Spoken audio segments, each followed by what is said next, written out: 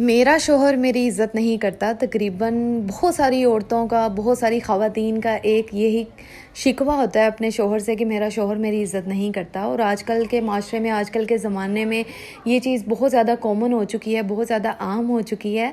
मेरी बहुत सारी प्यारी बहनें हैं जो इस चीज़ की तलबगार हैं कि मेरा शौहर मेरी इज़्ज़त नहीं करता। तो ये क्या वजह है कि शौहर इज़्ज़त नहीं करते बीवियों की? ऐसा क्या रीज़न है? चलें आज इसके टॉपिक के ऊपर बात करते हैं। और सबसे पहले अस्सलाम वालेकुम, कैसे हैं आप सब? उम्मीद है जी सब खैरियत से होंगे, ठीक ठाक होंगे। मैं भी बिल्कुल ठीक अल्हम्दुलिल्लाह। तो इज़्ज़त की बात अगर हो ना तो मेरा ख़्याल है कि दुनिया की हर औरत यही चीज़ चाहती है कि उसका शौहर उसकी इज़्ज़त करे, रिस्पेक्ट करे, उसको प्यार, मोहब्बत, एहतराम से बुलाए। तो क्या सिर्फ़ एहतराम और मोहब्बत का हक़ सिर्फ़ एक माँ का होता है, एक बहन का होता है? इसके अलावा भी बहुत सारे ऐसे रिश्ते होते हैं जिसमें औरत को इज़्ज़त दी जाती है। तो मेरा ख़्याल है जो दुनिया में सबसे पहला रिश्ता आया है वो मियाँ बीवी का होता है। तो जब शौहर और बीवी के दरमियान प्यार, इज़्ज़त और मोहब्बत नहीं होगी तो वो रिश्ता कभी भी कायम नहीं रह सकेगा। वो किसी न किसी लम्हे, किसी न किसी रास्ते में टूट जाएगा। तो मुझे ना एक प्यारी सी सिस्टर का कमेंट आया था और उन्होंने मुझे रिक्वेस्ट की कि आप इस टॉपिक पे बात करें। वैसे तो मैं आप लोगों के साथ डेली कोई ना कोई टॉपिक पे बात करती रहती हूँ और आप लोगों के कहने पर ही करती हूँ। आप लोग मुझे रिक्वेस्ट करते हैं, कमेंट्स करते हैं टिकटॉक पे भी और माशाल्लाह से इंस्टाग्राम पे भी। तो बस आपकी आप ही हाजिर है। आपकी कुछ ना कुछ प्रॉब्लम, मेरी कोशिश होती है कि मैं अपनी वीडियो में आप लोगों के लिए कुछ मोटिवेशन, कोई ऐसी बात लेकर आऊँ जिससे आप लोगों की ज़िंदगी में थोड़ी सी तब्दीली आ जाए।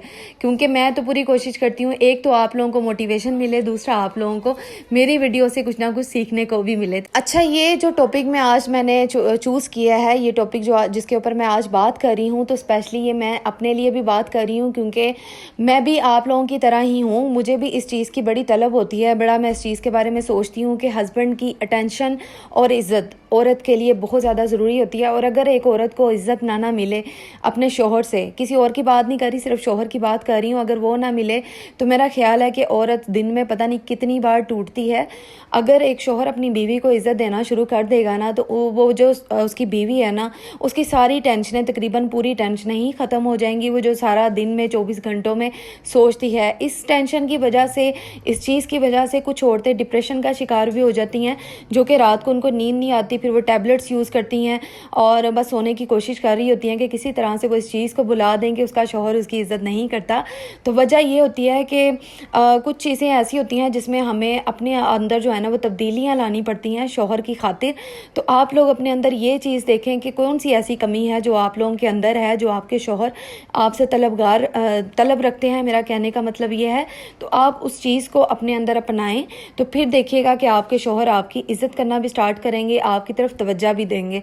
कुछ बहनें ऐसी होती हैं कि वो अपने शौहर के आने से पहले बिल्कुल भी रेडी नहीं होती, सारा दिन जो है ना वो खपी तपी रहती हैं बच्चों में उनकी। मैं समझती हूँ चीज़ को कि औरत के ऊपर बहुत सारी जिम्मेदारियाँ होती हैं। अगर एक शौहर के ऊपर बड़ी जिम्मेदारी होती है ना बाहर की, तो औरत के ऊपर भी बड़ी जिम्मेदारी होती है कि उसने सब कुछ देखना होता है, सब कुछ मैनेज करना होता है। तो वो बच्चों को भी देखती है, तो सारा दिन बहुत सारे काम ऐसे होते हैं घर के जो सारा हैंडल कर रही होती है और फिर उसके पास अपने लिए टाइम नहीं होता कि वो अपने लिए टाइम निकाल सके। इवन के हम जैसी औरतों को सारा दिन जो है ना एक ही दफ़ा मुंह धोने को मिलता है और बस यही वजह होती है कि हम हिम्मत हार जाती हैं शाम के टाइम, तो बिल्कुल ही हिम्मत टूट जाती है। फिर ये कहते हैं कि क्या तैयार होना, क्या अपने आप को रेडी करना। लेकिन चाहे कुछ भी हो जाए, हमें अपने अंदर यही तब्दीली लानी है कि जो हमारे शौहर को पसंद है ना उसको अपने अंदर लेकर आए। मसलन अगर आपके शौहर को पसंद है कि मेरी बीवी सजी सवरी रहे, तैयार रहे और जब मैं घर आऊँ तो मेरा अच्छे से इस्तकबाल करे, मुस्कुरा के करे, ताकि मेरी सारा दिन की जो टेंशन है वो दूर हो जाए। एक चीज़ हमें अपने अंदर ये अपनानी है जिससे कि वो हमारी इज़्ज़त करना स्टार्ट हो जाएंगे। दूसरी एक चीज़ ये है कि देखें जो औरतें अपने शौहरों के आगे ज़ुबान चलाती हैं, बदतमीज़ी से बोलती हैं। अक्सर मैं भी गुस्से में बोल जाती हूँ अपने शौहर के साथ। मैं कोई इतनी नेक नहीं हूँ, इतनी कोई वो समझ लें कि इतनी अच्छी नहीं हूँ, मेरे अंदर भी बहुत सारी 100 खामियाँ हैं कि मैं भी उनके आगे जो है ना गुस्से से बोल पड़ती हूँ। तो जब मैं बोल पड़ती हूँ फिर मैं बहुत ज़्यादा पछताती हूँ, क्योंकि क्या करें, फिर हमारे अंदर जो है ना वो सब्र बड़ी मुश्किल से आता है, बर्दाश्त बड़ी मुश्किल से आती है, क्योंकि हम भी इंसान हैं जनाब। तो एक चीज़ ये होती है कि इस वजह से भी जो है ना शौहर इज़्ज़त करना छोड़ देते हैं कि इसकी ज़ुबान बड़ी बुरी है, ये ज़ुबान की अच्छी नहीं है, और फिर वो ये लफ्ज़ बोल देते हैं कि मैं तुमसे राज़ी नहीं हूँ, कि मैं कभी राज़ी हो भी नहीं सकता।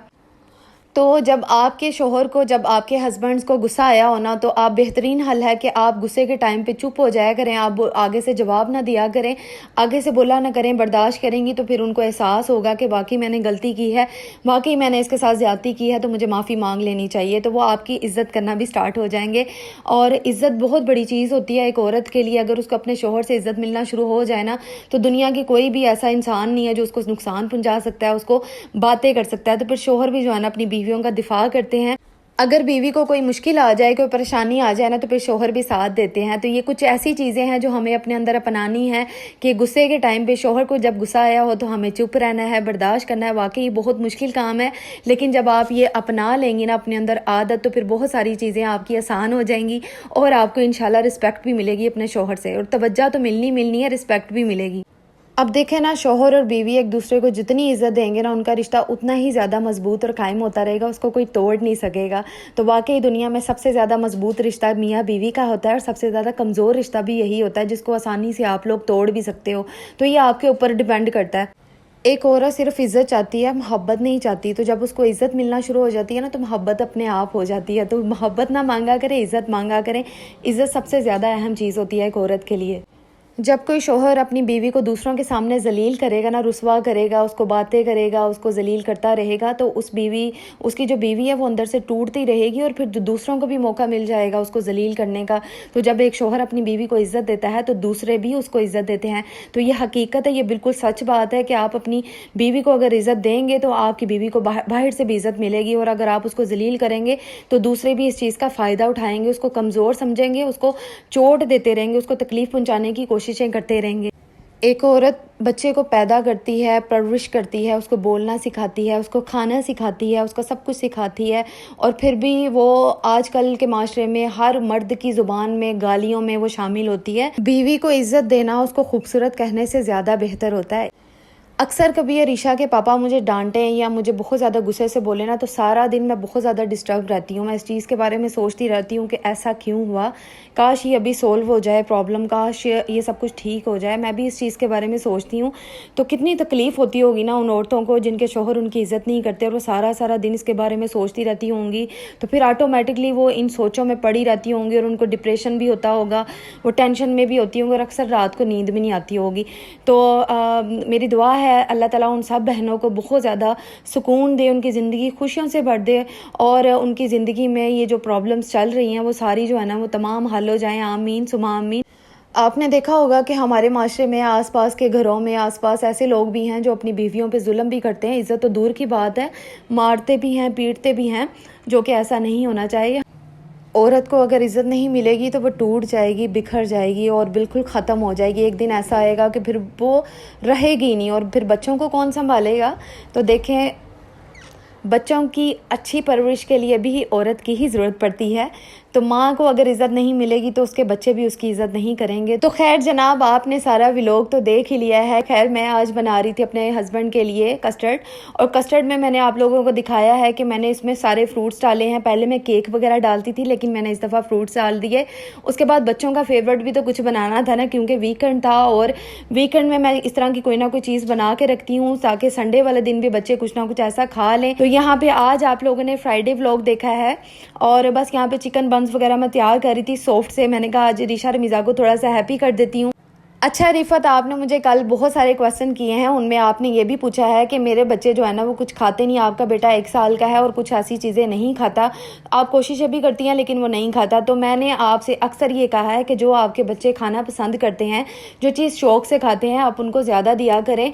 आप एक दफ़ा कोशिश करती होंगी और उसके बाद हिम्मत हार जाती होंगी कि आज उसने खाया ही नहीं, ये तो वेस्ट किया। 1-2 बार आप ट्राई किया करें, अगर तो वो वाकई नहीं खाएगा तो फिर आप उसको स्किप कर दीजिएगा। और अगर आपका बेटा या बेटी खाना स्टार्ट हो जाए ना तो फिर बहुत अच्छी बात है।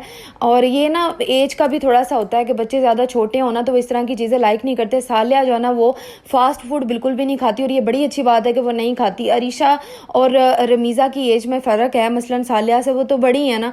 तो बच्चे जब बड़े हो जाते हैं ना तो वो सब कुछ खाना स्टार्ट हो जाते हैं। परेशान ना हुआ करें, टेंशन ना लिया करें। जो अभी वो इस एज में खाना पसंद कर रहे हैं ना तो आप वही खिलाया करें। एक और क्वेश्चन आपने रिफ़त ये पूछा था कि मैं किस तरह से मसलन सब कुछ मैनेज करती हूँ, किस तरह से चीज़ें जो हैं वो घर की शॉपिंग वगैरह, सॉरी आपने ये पूछा था कि मैं शॉपिंग किस तरह से करती हूँ, क्या मैं सेविंग करती हूँ, क्या मैं जमा करके रखती हूँ। तो जी हाँ, मैं पैसे थोड़े थोड़े करके जमा करती हूँ। मैं अपने हस्बैंड के ऊपर बर्डन नहीं डालती, एकदम से उनसे पैसे नहीं लेती कि मुझे इतने पैसे चाहिए। आपको पता है कि आजकल वाकई महंगाई का दौर है, जिस तरह कि आप कह रही थी, और इस दौर में हमें सेविंग किस तरह से करनी चाहिए। तो थोड़े थोड़े पैसे जो आपको मिलते हैं अपने शोहर से, चाहे वो एक हफ्ते बाद मिलें, चाहे वो डेली मिलें, आप ऐसे कोशिश किया करें कि थोड़े थोड़े उनसे रोज़ मांग लिया करें कि जाते वक्त, वो घर से जाते वक्त उन्हें कहा करें कि मुझे थोड़ा सा खर्चा दे दें। तो 100, 200, 300 जितने भी वो आपको खर्चा दें, उसमें से आप जो है ना 100 रुपये, अगर आपको वो 300 देते हैं, 500 देते हैं, तो 500 में आप कोशिश क्या करें 200 बचा लिया करें। और अगर आपको 300 देते हैं तो 300 में कोशिश क्या करें कि 100 बचा के रखा करें, जो कि आप अपनी इस तरह की ज़रूरियात की चीज़ों को पूरा करने में आपको हेल्प मिलेगी। तो मैं इसी तरह करती हूँ कि मुझे जब भी पैसे मिलते हैं मैं उसमें से थोड़े बचा के साइड पे रख देती हूँ, और कुछ मेरे बच्चों में यूज़ हो जाती हैं। आपको पता ही है कि बच्चों के लिए कुछ ना कुछ मंगवाना पड़ता है। इस तरह से आप आसानी से अपनी सेविंग कर सकेंगी और अपनी ज़रूरियात की चीज़ों को भी पूरा कर सकेंगी। जमील अहमद के अकाउंट से सिस्टर ने पूछा है कि आप ही आपके बेटे की सोने की रूटीन क्या है। तो देखें, दिन के टाइम ना अब उसकी जैसे जैसे थोड़ी सी एज आगे हो रही है ना, माशाल्लाह से वो 4 मंथ में है, तो जैसे जैसे उसका आगे बढ़ते जा रहे हैं तो उनकी रूटीन भी चेंज होती जा रही है। मसलन ये कि दोपहर में ना 2-3 दफ़ा वो सो जाते हैं, तो मैं शाम तकरीबन 6:30 बजे तक उसको उठा देती हूँ। वो खुद भी उठ जाते हैं, और 6:30 से 9 बजे तक मैं उसको सुलाती नहीं, कोशिश यही करती हूँ कि वो जागता रहे किसी तरह से। तो जब 9 बजे मैं उसको सुलाती हूँ तो फिर वो सोया रहता है। शुक्र अल्हम्दुलिल्लाह कि वो फिर रात को सोए रहते हैं। तो जितना बच्चा आपका सोएगा उतनी उसकी सेहत जो है ना वो अच्छी हो जाएगी।